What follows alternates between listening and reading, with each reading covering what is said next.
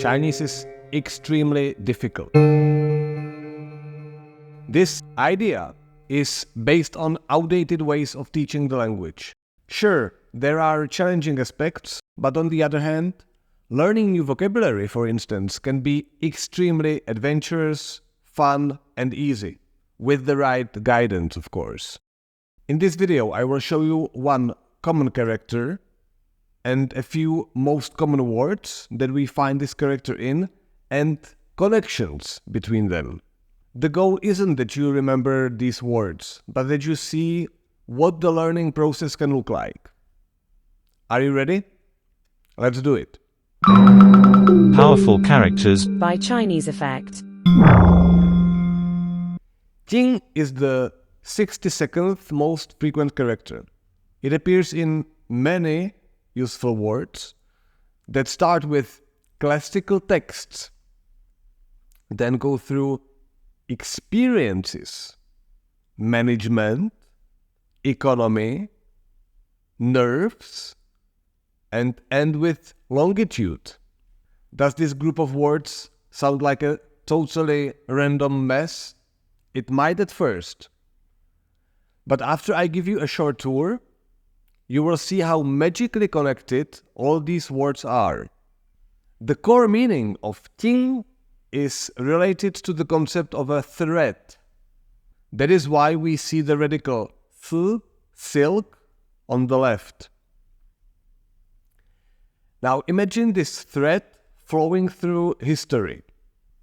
In order for something to remain part of history and culture, it needs to be something classic. If it's a text, for instance, people view this text as an essential part of the culture. We call this type of text a canon. You may have heard of books like I Ching, the Book of Changes, or Tao Te Ching, which is the classic of Taoism. There are more Chinese texts with Jing in the name, and even the Western Bible is Sheng Jing, literally the Holy Canon. So that would be the first meaning. Now imagine that this thread is a line of your life that you follow. As you follow it, you Jingli, go through situations and gain Jingyan, experience. As you become experienced, you can start to Jingying, to manage things by becoming a Jingli manager. By the way, a manager, Jingli, is someone who manages the order, Li, order. Now, the operations that you manage as a manager become part of the whole economy, Jingji. And when things go badly, your Shenjing, nerves, may start having problems. By the way, nerves are also threads in our system, aren't they? And in Chinese, nerves are literally threads of the spirit. And when your nerves need to rest, you go on vacation to a remote exotic location by which you change your Jingdu, longitude. Longitude is also a thread imaginatively stretched around the whole planet. And just for illustration, the second part of the word longitude, tu, is a degree. Let's just go through those words once more for repetition.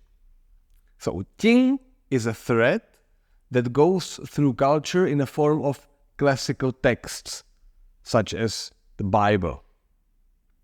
When we follow the thread of our life, we experience things, we learn to manage things, and by that we enrich the whole economy until the whole business starts to get on our nerves, and we change the longitude by traveling to Bali.